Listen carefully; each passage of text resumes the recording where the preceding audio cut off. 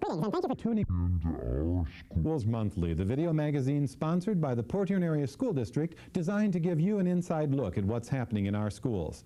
Today's program will be a little bit different since school hasn't started yet, so we thought we'd take a look back at the previous year and share with you some of the highlights of the events and activities that took place. So stay tuned and share a few memories of us of the previous year.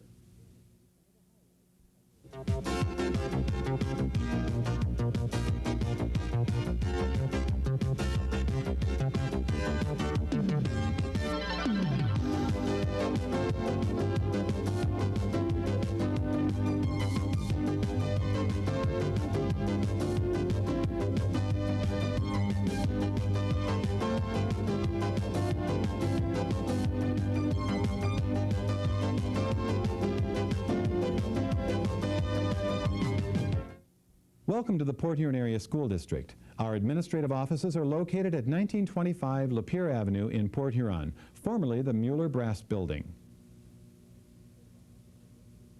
In the Carl Schwedler Room, one wall has been designated as the Wall of Fame, where past graduates of the district who have gone on to achieve noteworthy success in life are recognized and honored. Last summer, we inducted our newest member of the Wall of Fame, Mr. John Wismer, now deceased, who was a noted entrepreneur, communications magnate, and contributor to many community organizations. Mr. Wismer's family accepted the award on his behalf. The boardroom is also the site of our new teacher orientation as school is about to begin. Those who have recently been hired by the district meet with their principals and district administrators for training and information, as well as a welcome from our superintendent, Mr. William Kimball.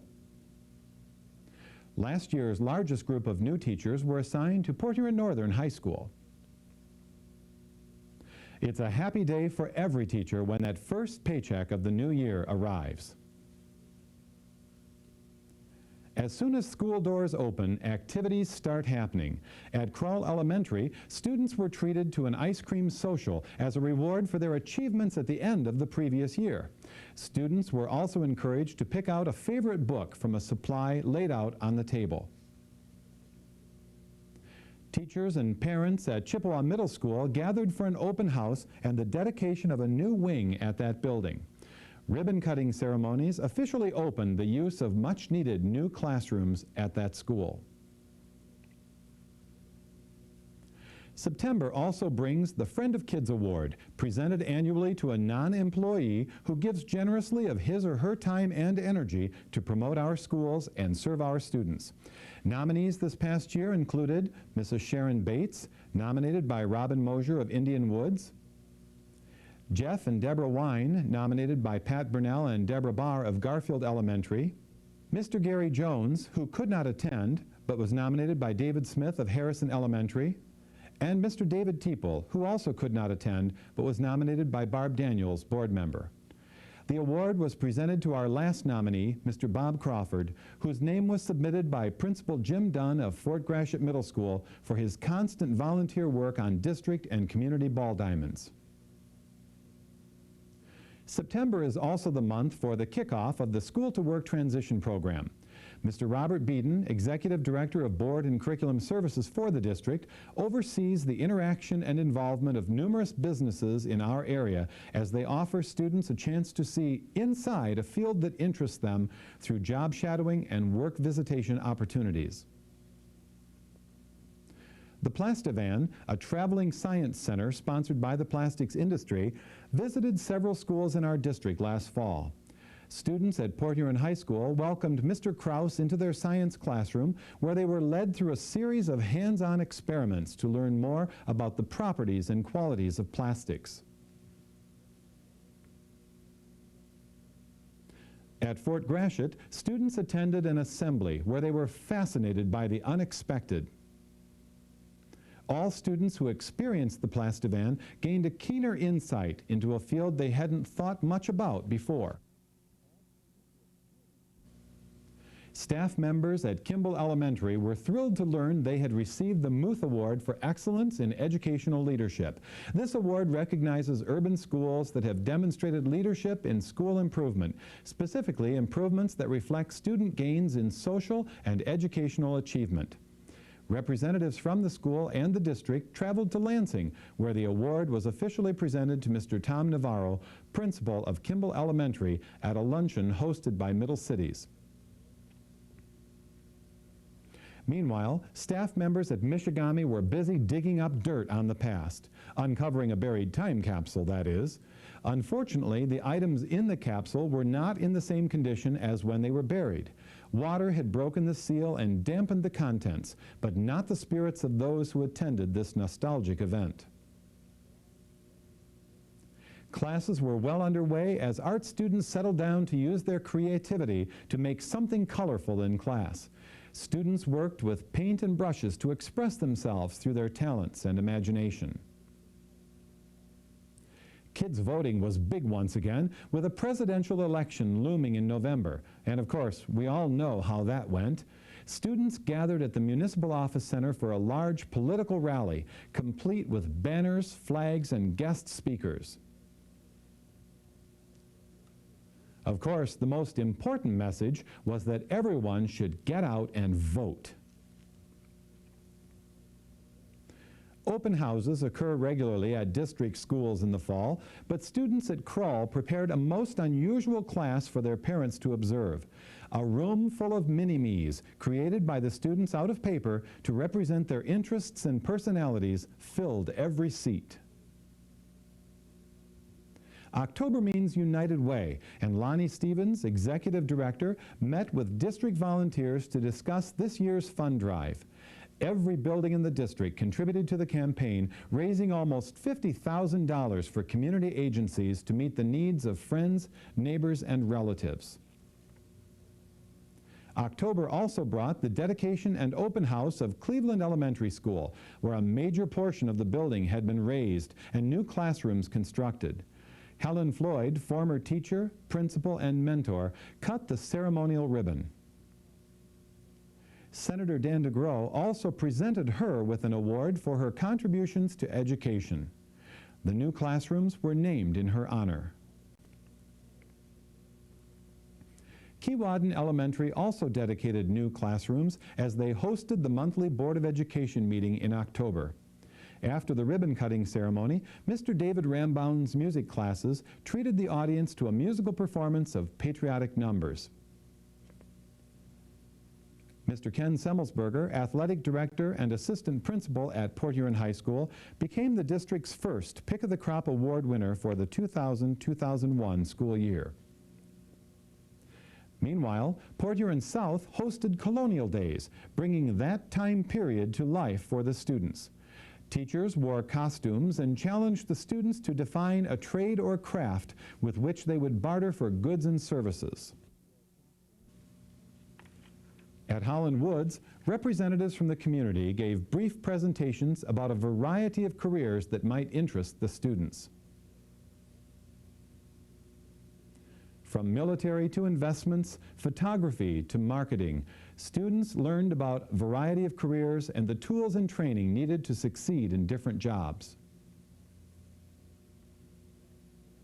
Down the hall, technology was hard at work expanding the skills and abilities of students in Jan Maxwell's classes. Students used their newfound skills in a variety of ways as they followed imaginary investments or searched for more information on the internet. At Edison Elementary, the COSI program returned with a new experience called BodyWorks. Students were invited to learn more about muscles, bones, and organs with the help of adult volunteers as they visited diverse learning stations throughout the gym.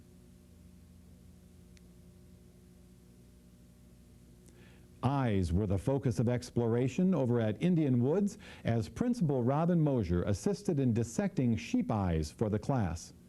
While one part of the class kept their eyes on her, another group studied diagrams and illustrations until the two groups switched places. November brought Election Day, and kids voting once again encouraged parents to take their children to the polls, or children encouraged their parents to get out and vote. Throughout the district, children registered and voted for the candidates of choice. Would they elect the eventual winner of the official race? Only time would tell. Careers were also considered at Edison Elementary, and celebrity author Nancy Edwards, a teacher at Edison and children's author, shared the proof pages of her first book at an assembly. In classrooms throughout the building, students learned about various jobs and the activities required in those careers. Student teachers are also a part of every academic year. Deb Blair, long-term substitute at Garfield Elementary in the music program, also student taught during part of her year.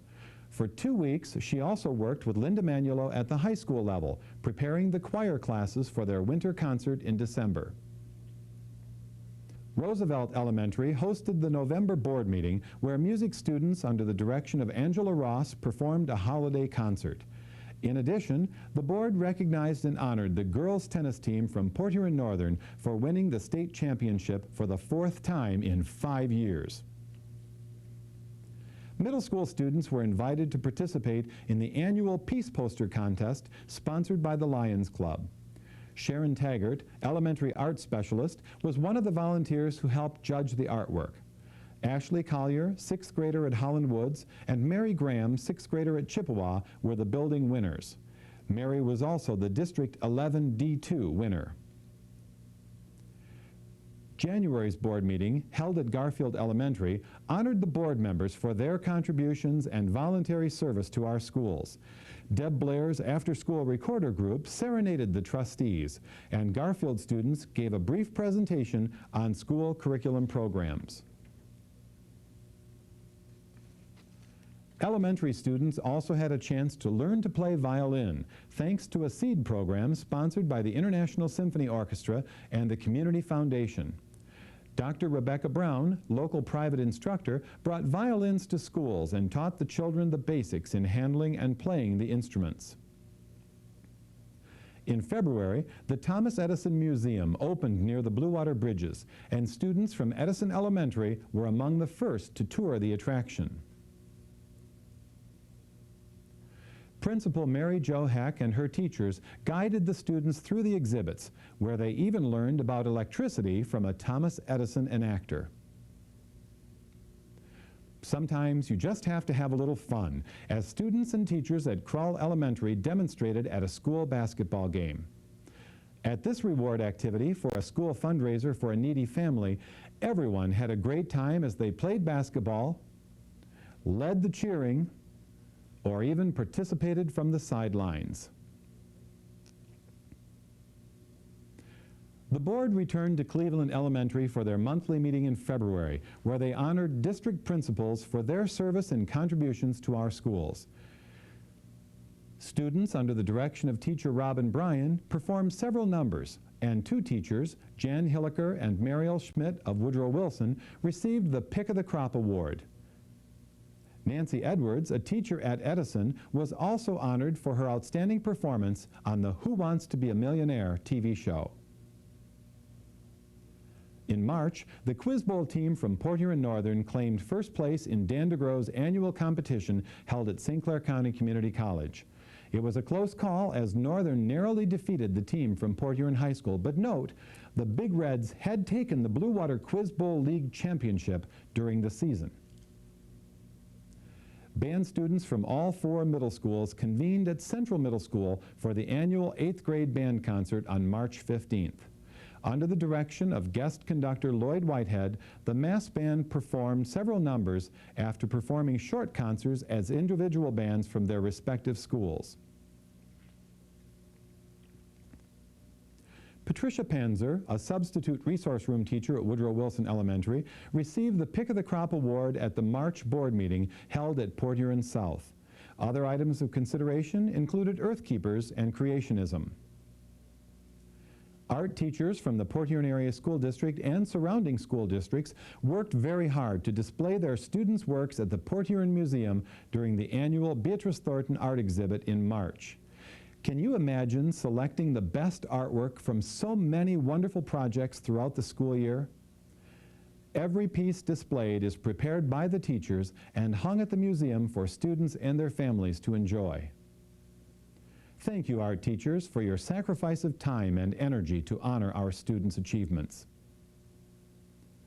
Behind the scenes, every elementary and middle school has an active parent group supporting programs and needs for students. The district's PTA Council holds its annual Founders Day dinner in March, and this year's dinner was hosted by Garfield Elementary but held at Holland Woods Middle School for space. Guest speakers, a student presentation, and special awards for support and commitment filled the program for the large turnout. Everyone enjoyed an excellent meal and a silent auction held to raise funds for the group. Our PTAs and PTSAs are always accepting new members. Check with your school group to volunteer or join. Families are a major factor in promoting student success, and Krull Elementary's Family Math Night was designed to bring families together to promote learning. Parents and children enjoyed a diverse program featuring songs, games, door prizes, and even an estimation jar. Parents picked up some helpful hints on how to help their children do better with their math skills while having some fun as well. The Port Huron Area School District is always seeking top candidates for its teaching openings. Spring brings recruiting fairs at various colleges around the state, where potential candidates have an opportunity to learn more about our schools and our programs.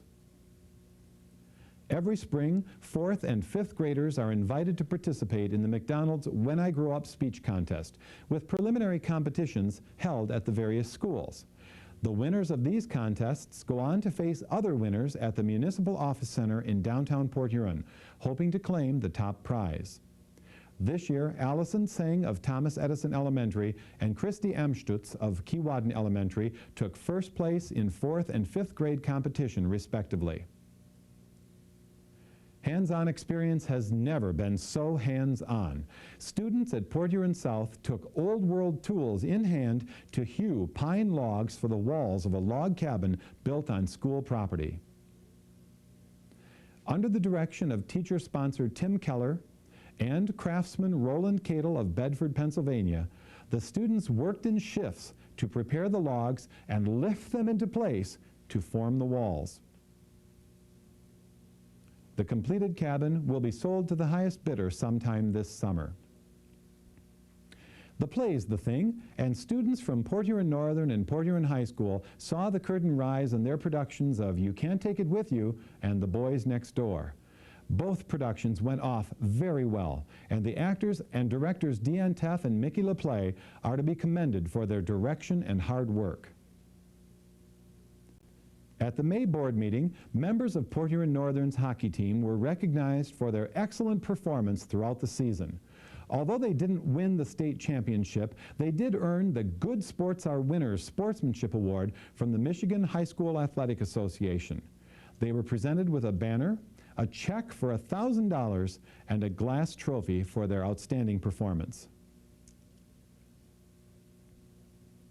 Linda Manulo, choir teacher at Port Huron Northern and Port Huron High School, was the district's Pick of the Crop winner for May. She took a non-existent program and organized and developed a top-notch performing group. Concerts, usually held in December and May at St. Joseph's Church, are always standing room only. The end of the school year also brings the Fine Arts Festival at Port Huron High School. Mr. Scott Magnuson, art teacher, displays the previous logos and some of this year's entries in the logo competition. Students and parents are invited to view the artwork and creative writing projects on display in the auxiliary gym, enjoying the music of the jazz band as well. Awards are presented in an official ceremony at the conclusion of the event. Kudos to Janet Barrett, assistant principal, and her entire supportive staff for another excellent festival. June brings senior assemblies and graduation. As the band plays Pomp and Circumstance, Big Red seniors march into McMorran Auditorium by candlelight to take their seats. Board members, administrators, and class sponsors met with the guest speaker, Mr. Herb Hammond, before the Port Huron High School graduation ceremony got underway. Ron Willeen, principal, read the names of seniors as they came forward to receive their diplomas. Port Huron Northern took the stage the next night and featured Mr. Michael McCartan as guest speaker. Once again, the band provided the accompaniment as the seniors marched in and at the conclusion of the program as they marched out.